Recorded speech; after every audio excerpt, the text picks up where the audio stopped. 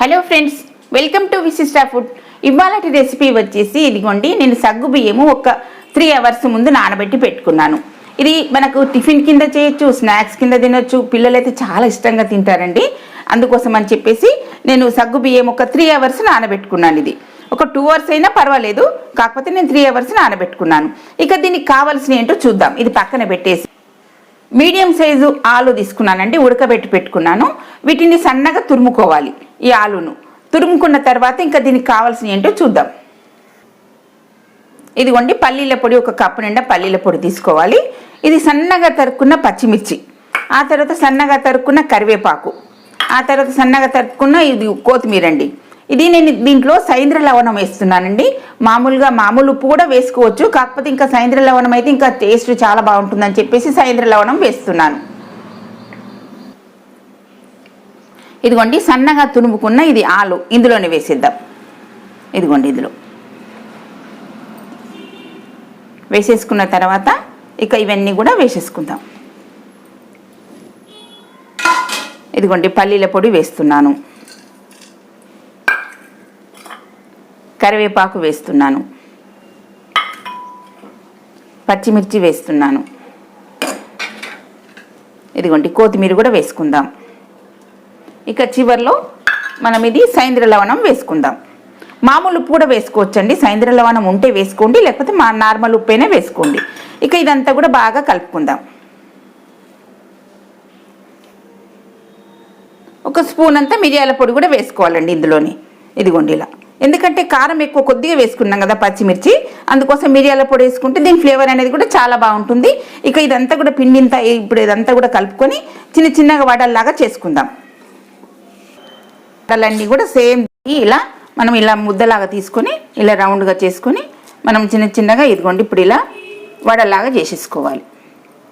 ఇది deep fry కాదండి, మామూలుగా కొద్దిగా ఆయిల్ వేసుకొని ఫ్రై లాగా చేసుకుందాం. డీప్ ఫ్రై కాదు ఇది. ఇదిగోండి, ఇలా వడలన్నీ ఇప్పుడు ఇలా రెడీగా చేసి పెట్టుకున్నాం కదా.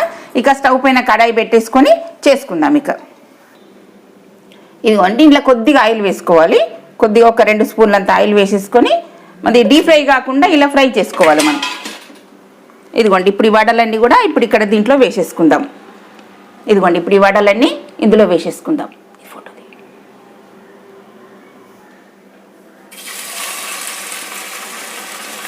ఇదిగోండి, అన్ని వడలన్నీ ఇలాగ వేసుకోవాలి. ఈ కొద్ది ఆయిల్తో మనం ఇలా చక్కగా వేయించుకుంటే సరిపోతుంది.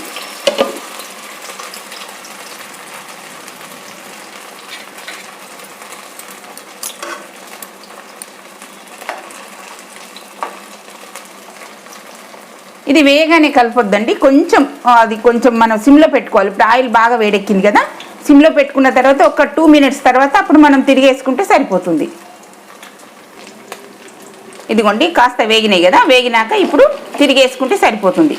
కాస్త ఇలా అతుక్కున్నట్టు ఉంటాయి, అప్పుడు మనం మళ్ళీ తిరిగేసుకుంటే ఇదిగోండి చక్కగా వచ్చేస్తాయి వడ అనేది.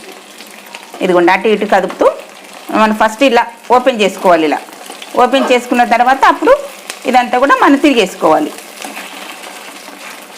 ఇదిగోండి ఇలా, ఇక అన్నీ కూడా సేమ్ దీని మాదిరిగానే ఇలా తిరిగేసుకొని అప్పుడు వేయించుకోవాలి.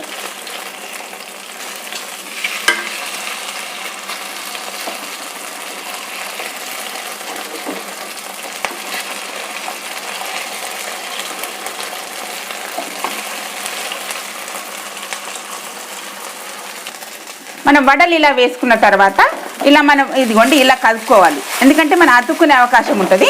అందుకోసం అని చెప్పేసి ఇలా కలుపుకున్న తర్వాత కాస్త మూత పెట్టేసేయాలి. ఇదిగోండి, ఇది మీడియంలో పెట్టేసి మూత పెట్టేసేయాలి.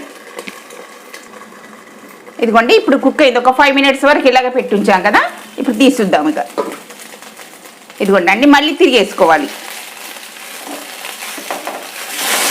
ఇదిగోండి ఇలా 2 వైపులా మనకు చక్కగా వేగిపోతాయి.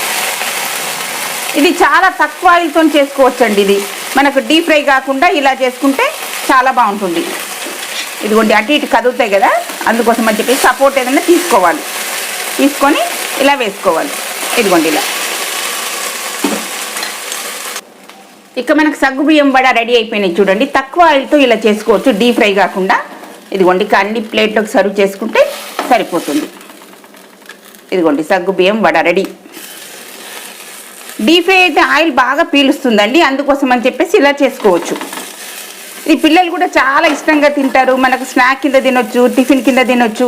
ఇది హెల్తీ ఫుడ్ కదండి, అందుకోసం అని చెప్పేసి ఇలా చేసుకొని తినొచ్చు.